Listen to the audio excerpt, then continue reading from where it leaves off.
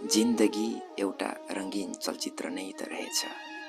यस जीवनको आरोह अवरोहमा प्रमुख पात्र भई कयौं घुम्तीहरू पार गर्दै जाँदा बनेका कहानीहरूलाई एउटा सानो सम्झना स्वरूप स्मृतिको रूपमा सजाउने कोसिसमा आज जीवनको एउटा महत्त्वपूर्ण यात्राको कहानी स्मृतिको रूपमा पस्कदैछु। स्वीकार्नुहोस्। सेप्टेम्बर 5, 2015। जीवन सङ्घर्षको यात्रामा मेरी उनीसँगको पहिलो भेट भएको दिन। बहिनी सजनाको तर्फबाट विवाहको लागि प्रस्ताव थियो। दाजु भाउजूसँग काठमाडौँमा अध्ययनको लागि आएको रहेछिन्। ब्याचलर सकेर मास्टरको लागि तयारी गर्दै गर्दा संजोगवश हामीहरूको विवाहको कुरा चलेको रहेछ। तर अहिलेको यस आधुनिक जमानामा केटा र केटीको राय सल्लाह र सुझाव त अवश्य पनि जान्नै पर्ने हुन्छ। त्यसैले हामीहरू बीचको कुराहरू बुझ्नका लागि चालेको कदम थियो। तर पहिलोपल्ट विवाहको लागि भनेर थाहा पाइसकेपछि कुन शब्दले सम्बोधन गर्ने अन्योलमा थिए। बहिनी सजनाले बोल्नका लागि सजिलो होस् भनेर हामीहरूको एउटा ग्रुप बनाएकी थिइन्। ग्रुपमा धेरै कुरा भएकोले बोल्न त्यति धेरै गाह्रो भएन। तर विवाहको लागि भनेर कुरा गरेपछि कतिपय कुराहरू ग्रुपमा गर्नु त्यति धेरै उचित हुँदैन थियो। त्यसैले उनीसँग फाल्टे कुरा गर्ने इच्छा राखे। कति मिठो नाम थियो, रत्ना। तर सम्बोधन गर्न गाह्रो भएकोले गर्दा नमस्कारबाट सुरु भएको थियो हाम्रो जीवन कहानीको यात्राहरू। भाग्यमा लेखिएपछि हरेक कुराहरू सम्भव हुन्छ भन्छन्। सायद मेरो भाग्यमा रत्नाको साथ लेखिएको थियो होला। त्यही भएर त्यति धेरै अवरोधहरू आएनन्। कति स्वच्छ र निश्चल सोच विचार थियो उनको। जिन्दगीलाई नजिकबाट निहालेकी थिइन् जस्तो लागेर आउँथ्यो। उसको विचारहरू सुनेर दसैँ नजिकिँदै थियो र मेरो पनि छुट्टी मिलेर नेपाल फर्किने समय भएको थियो। बहिनी सजनाले बिहानै रत्नाले गाएको गीत सुटुक्क रेकर्ड गरेर मलाई सेन्ड गरिदिएको थिइन्। कति मिठो आवाज थियो, एकदम कर्णप्रिय। उसले गाएका ती मिठा 2 हरफका गीत म प्राय सुनिरहन्थेँ। साँच्चीकै मनमा बिजेको थियो उसको मिठो आवाज। हरेक साँझ 7:30 बजे उठेर गफ गर्न ललायित हुन्थे। तर सानो विडम्बना, उसको इच्छा अध्ययनको लागि जापान जाने रहेछ। तर घरको जेठो छोरो भएकोले गर्दा मेरो लागि त्यो निर्णय सम्भव थिएन। विदेशिनुको पीडा राम्ररी थाहा थियो। विवाहको लागि एकदम पर्फेक्ट म्याच हो भनेर बुझ्दा बुझ्दै पनि हाम्रो सम्बन्धको बीचमा विदेश तगारो भइदिएको थियो। र मैले मेरो विचार प्रष्टैसँग ऊ समक्ष राखे पनि यदि जापान अध्ययनको लागि जाने हो भने हामीहरूको बीचमा वैवाहिक सम्बन्ध हुन सक्दैन भनेर। सायद मेरा शब्दहरूले उसको हृदयमा आघात पनि पुर्यायो होला। तर मेरो बाध्यता पनि थियो। सायद उसले मेरो बाध्यतालाई गलत अर्थ कहिले पनि लगाइनन्। दसैँ नजिकिँदै गरेकोले गर्दा उनीहरू आफ्नो घर जाने तर्खरमा थिए भने म आफ्नो देश, आफ्नो जन्मभूमि फर्कने तयारीमा थिए।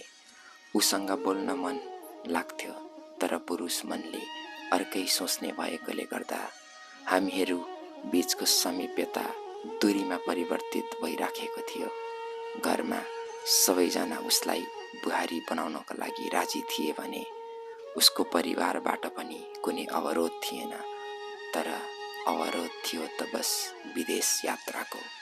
समय आफ्नै गतिमा हिँड्दै जुन दिन म नेपालमा पाइला राखे, संजोगवश उनीहरू पनि आफ्नो परिवारसहित दसैँ मनाउन आफ्नो घरतर्फ लागेका थिए। केही दिनको भलाकुसरीपछि उसका विचारहरू सुन्दा उसलाई भेट्ने इच्छा त थियो। तर सबै चाहेको कुराहरू कहाँ पो पुग्ने रहेछ र। यतिकैमा हामी बीचको सम्बन्धमा पूर्ण विराम लागेको आभास भएको थियो। तर भगवानको इच्छा र विधाताको लेखान्तलाई कसले पो टाल्न सक्दो रहेछ र।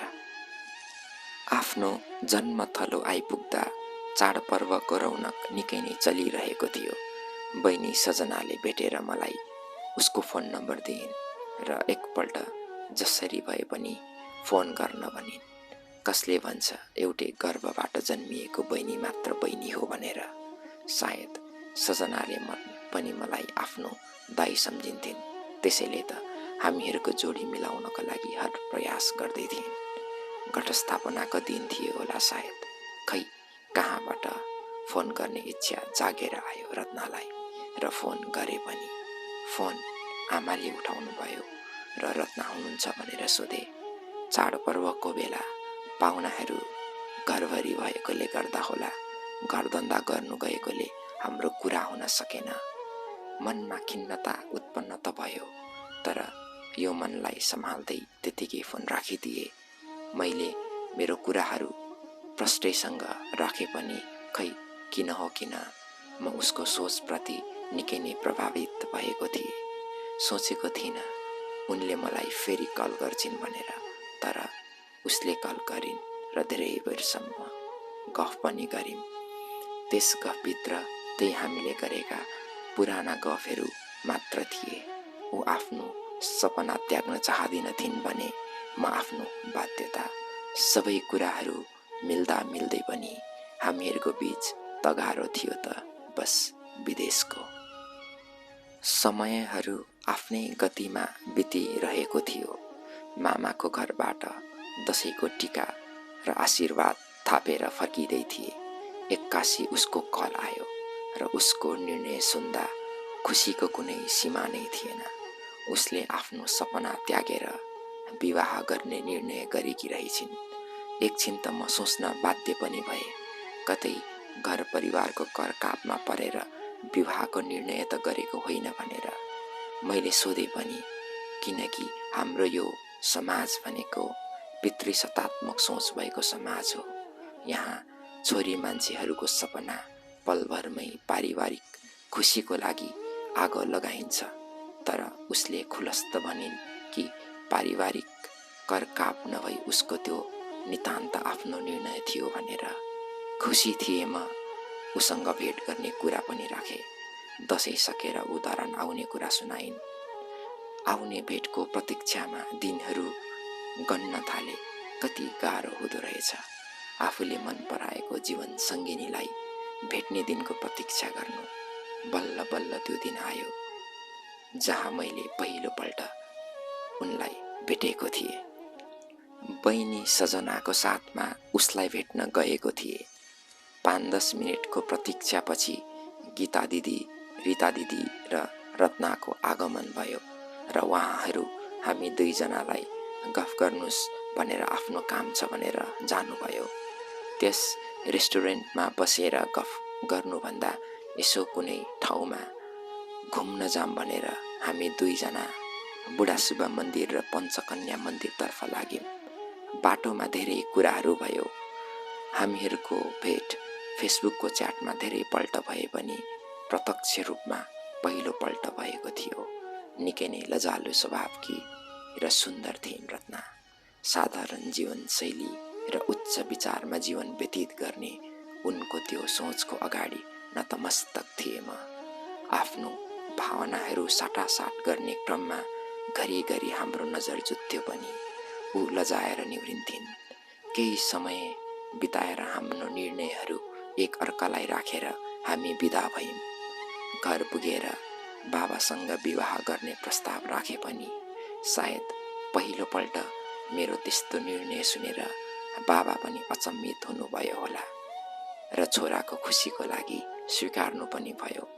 त्यसै दिन बाबा, मामा र दाजुहरूलाई लिएर रीत अनुसार उसको हात माग्न गयौँ। गीता दिदीसँग स्वीकृति पाइसकेपछि घरमा बाबा आमालाई पनि कुरा छिनोफानो गर्नु जानुपर्ने भयो। घरको जेठी छोरी भएकोले गर्दा पुरै रीत पुर्याएर विवाह गर्ने उहाँहरूको इच्छालाई आत्मसात गर्नु हाम्रो कर्तव्य पनि थियो। आफ्नो देश 2 महिने छुट्टीमा आउँदा मनभरि आफ्नो ठाउँलाई नजरमा कैद गर्ने रहर कसलाई पो हुँदैन र। म र पाण्डव भाइ पनि नमस्ते झरना घुम्न जाने सोचमा थियौँ भने संजोगवश उनीहरू पनि परिवारसहित घुम्नलाई नमस्ते झरना जानु हुँदै रहेछ र दोस्रो भेटको लागि हामीहरू धेरै प्रतीक्षा गर्नु परेन। खुसी थिए हुनेवाला जीवन सङ्गिनीसँग समय व्यतीत गर्नु पाउँदा। त्यसमाथि थप अरू उसको बारेमा जान्ने समय पनि पाएको थिए। उसँगको पहिलो प्रतिबिम्ब त्यही नमस्ते झरनामा लिएको थिए। यस प्रतिबिम्बको लागि रिता दिदी र अभिषेक दाजुलाई धेरै धेरै धन्यवाद यसै लेख मार्फत दिन चाहे। गीता दिदीको सल्लाह अनुसार रित लिएर जानुपर्ने दिन त्यसै नमस्ते झरनाको यात्रामा टुङ्गो लगाएर बाबा र दाजुसहित रित पुर्याउनको लागि जानुभयो र हाम्रो बिहेको छिनोफानो पनि गरेर आउनुभयो। अलिक टाढा भएकोले गर्दा बुझाउनु पर्ने रितहरू धेरै नै सजिलो गरिदिनु भयो। यस रित बुझाउने कार्यमा म आफूलाई धेरै नै भाग्यमानी ठान्दछु र कुटुम्बलाई दुःख हुन्छ भनेर आफ्नो परिवार दाजु भाइलाई सम्झाउनु भएकोमा धेरै नै आभारी पनि छु। हाम्रो बिहेको दिन टुङ्गो लागिसकेपछिका दिनहरू बिहेको तयारीमा बित्न थालेको थियो। हामीहरू बीच च्याट मार्फत धेरै नै कुराहरू हुन्थ्यो। कुनै बेला त रात बितेको पनि थाहा हुँदैन थियो। हाम्रो बिहेको लागि ऊ आफ्नो घर जाँदै गर्दा हाम्रो तेस्रो भेट बेलटारमा भएको थियो। म पनि घरमा झुक्क्याएर हिले जान्छु भनेर सुटुक्क बेलटार आएको थिएँ मेरी जीवन सङ्गिनीलाई भेट्नको लागि। बालकुमार भाइ, कान्छा दाई, भान्जा काजी, पाण्डव भाइ, बाबा र दाजु पूर्णसँग मेरी जीवन सङ्गिनीलाई लिन जाँदा बुवा खोलाको यात्राहरू एकदम रमाइलो थियो र हमेसा यस मनस्पटलमा ताजा भएर रहनेछ। मङ्सिर 10, 2072 साल बिहिबारको दिन नेपाली परम्परा अनुसार हाम्रो विवाह सम्पन्न भयो। आफ्नो रीतिरिवाजको बारेमा अनभिज्ञ म आफ्नै विवाहको रीतिरिवाज देख्दा अचम्मित हुन्थे। विवाहमा हरेक कार्य गर्नु अगाडि कुनै न कुनै रीत अवश्य हुन्थ्यो। यहाँ हरेक जातिका आफ्नै छुट्टै कल्चरहरू छन्।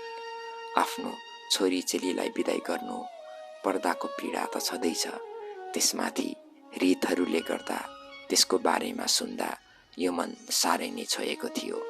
साँच्ची नै छोरी भएर जन्मनुको भाग्य सबैको नसिबमा कहाँ लेखिएको हुने रहेछ र।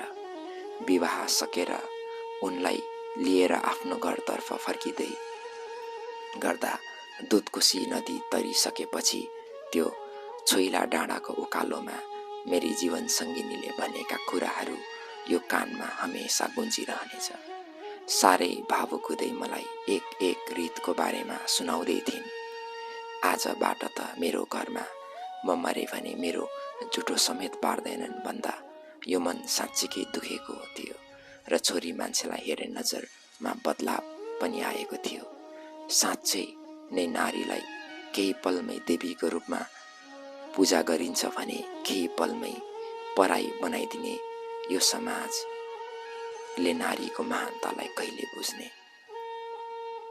आफ्नो परम्परा अनुसार आफ्नो जीवन सङ्गिनीलाई घर भित्राइसकेपछि जीवनमा वसन्तका बहारहरू सुबारिएझै लाग्थ्यो।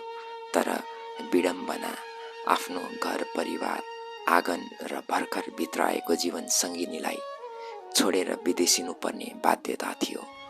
विवाह गरेको 1 हप्ता नबित्दै मङ्सिर 17, 2072 साल आफ्नो बिदा सकेर विदेशिनु पर्यो। कस्तो व्यवस्था थियो त्यो, तर आफ्नो उज्जवल भविष्यको लागि दिएको कुर्बानी थियो त्यो। विवाह गरेपछि एक्लो जीवन जस्तो त कहाँ पो हुँदो रहेछ र जीवन। हरेक क्रियाकलापमा परिवर्तन आउने रहेछ। पहिले आफ्नो लागि मात्र सोच्नु पर्थ्यो भने विवाह गरेपछि आफ्नो जीवन सङ्गिनीको लागि पनि।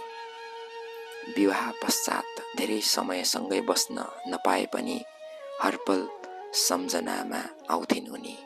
उसले भनेका कुराहरू सम्झिरहन्थे म। जीवनलाई हेर्ने नजर बदलिएको थियो मेरो। सोच्थे छोरी मान्छेको जीवन कति कठिन छ। मेरो लागि भनेर उसले आफ्नो सपना त्यागेको थिइन्। यही सोचले निन्द्रा पर्दैन थियो। आफ्नो घर परिवारबाट एक्कासी पराई हुनु र अरू कसैको लागि आफ्नो सपना त्याग्नु र अरूको घरलाई स्वर्ग बनाउनु, यो महान कार्य नारी बाहेक अरू कसैले पनि गर्न सक्दैनन् भन्दा कुनै अत्युक्ति नहोला। धेरै सोच विचार गरेर मेरो जीवन सङ्गिनीको सपना पनि मेरै सपना हो जस्तो लागेर आयो र मेरो लागि उसले आफ्नो सपना त्यागिन् भने किन मैले उसलाई उसको सपनालाई मारिदिनु। उसको थप अध्ययन गर्ने सपनालाई साकार पार्छु भन्ने निर्णय गरे र उसलाई आफ्नो निर्णय सुनाए। ऊ धेरै खुसी भइन् र भिसाको लागि एप्लाई गरेको 2-3 महिना नपुग्दै जापानको भिसा पनि आयो। दसैँ फेरि नजिकिँदै थियो, तर दसैँभन्दा अगाडि जापान पुगिसक्नुपर्ने भएकोले उसलाई बिदाई गर्नको लागि म पनि आफ्नो देश फर्किएँ। सोचेको थिएँ विवाह पश्चात पहिलो दसैँको टिका र आशीर्वाद सँगै लिने, तर सोचे जस्तो जीवन कहाँ पो हुने रहेछ र। भारी मन भए पनि अक्टोबर 4, 2016मा उसलाई बिदाईका हात हल्लाएर चाँडै भेट्ने बाचाका साथ जापानका लागि शुभकामना दिएर घर फर्किए। दसैँ आयो सकियो पनि, तर कुनै रौनकता थिएन। त्यो दसैँमा आफ्नो प्राणप्रिय जीवन सङ्गिनी नयाँ ठाउँ, नौलो कल्चर भएको देशमा सङ्घर्ष गर्दै थिइन्। विदेशिनुको पीडा आफैलाई थाहा हुँदाहुँदै पनि किन मैले उसलाई विदेशिन दिए भन्ने सोचहरूले सताउँथ्यो। तर फेरि उसको सपना पनि मेरो सपना हो भनेर चित्त बुझाउँथे। जापानको बसाई त्यति सजिलो कहाँ पो हुन्थ्यो र। सधैँ सुखको साथमा राख्छु, आँखाबाट आँसुहरू कहिले रसाउन दिन्न भनेर एक धारको सिन्दुर र पोतेमा साटेर ल्याएको जीवन सङ्गिनीका आँखामा आँसु देख्दा मन साह्रै दुखेर आउँथ्यो। तर जापान जाने निर्णय नितान्त हाम्रो भएकोले केही भन्दिन थिए। म पनि विदेशमा, ऊ पनि विदेशमा, समयको फराकिलो अन्तर हुँदाहुँदै पनि काम र अध्ययन गरेर गलेको ज्यानले बिस्तरा खोज्नुपर्ने बेलामा मेरो लागि भए पनि मेरी जीवन सङ्गिनी केही मिठा बात गरौँ भनेर पर्खेर बसेकी हुन्थे। विदेश बस्दाको क्रममा कयौँपल्ट मैले उसको मन पनि दुखाए होला, तर ऊ जहिले पनि मेरो खुसीको लागि हाँसिरहन्थे। निरन्तर जीवनको यात्रामा अब सँगै बस्नुपर्छ भनेर 2018 फेब्रुअरीमा म पनि विदेशको जागिर छोडेर नेपाल फर्किएँ। तर सोचे जस्तो जीवन कहाँ पो हुने रहेछ र। 15 वर्षपछि परदेशी जीवन बिताएर केही समय आफ्नो देशमा बिताउँदै जाँदा 2019 नोभेम्बरमा कोरोनाले विश्वलाई ग्रसित बनायो। यस कोरोनाको लहरमा परेर धेरैले आफ्नो ज्यान गुमायो। यसै कोरोनाको प्रकोप मेरो खुसाल परिवारमा पनि पर्यो। बाबालाई हामीले गुमाउनु पर्यो। बाबाको साह्रै नै प्यारी थिइन् बुहारी, तर विडम्बना अन्तिम बिदाईको बेला व्यवस्थाले गर्दा आउन सकिनन्। यता बाबाको पार्थिव शरीरलाई विसर्जन गरी पितृशोकको पीडा ताजा थियो भने मेरो जीवन सङ्गिनीको वर्षौं पछिको मेहनत वर्किङ भिसा एप्रुभ भएको खुसियाली पनि। कति खुसी हुनुहुन्थ्यो होला आज बाबा हामी बीच हुनुभएको भए। छोरा बुहारी सँगै भएको हेर्ने इच्छा र नयाँ पुस्ताको आगमनको सपना सजाउनु भएको थियो, तर कहाँ पो पुरा भयो र। मैले मेरो वंशज दाजुभाइ कसैलाई पनि चिनेको थिइनँ। म एउटा खाली पाना मात्र थिएछु। तर जुन सहयोग मैले मेरो वंशजहरूकोबाट पाएँ कोरोनाको समयमा म कहिले पनि बिर्सने छैन जीवन रहेसम्म। दुःखहरूको थातीलाई एक ठाउँमा राखेर जीवनको यात्राहरू अगाडि बढाउँदै गर्दा मेरो पनि जापानको भिसा एप्रुभ भयो र जुन 25, 2022मा जापान आइपुगे। उसलाई वर्षौं बाद जापानको हिमेजी स्टेसनमा भेट्दा मेरो आँखाबाट आँसुहरू थामिएको थिएन। अहिले खुसीका साथ सँगै दिनहरू बितिरहेका छन् भने सङ्घर्ष पनि। यी त भए 2015देखि हालसम्म बिताएका जीवन कहानी, जहाँ बिछोडका पीडाका भोगाईहरू साथै यसैबीच भोगेको पितृशोक अनि आफ्नो वंशजसँगको चिनाजानी र वर्षौंपछि मेरी जीवन सङ्गिनीसँग मिलनका खुसीहरू पनि।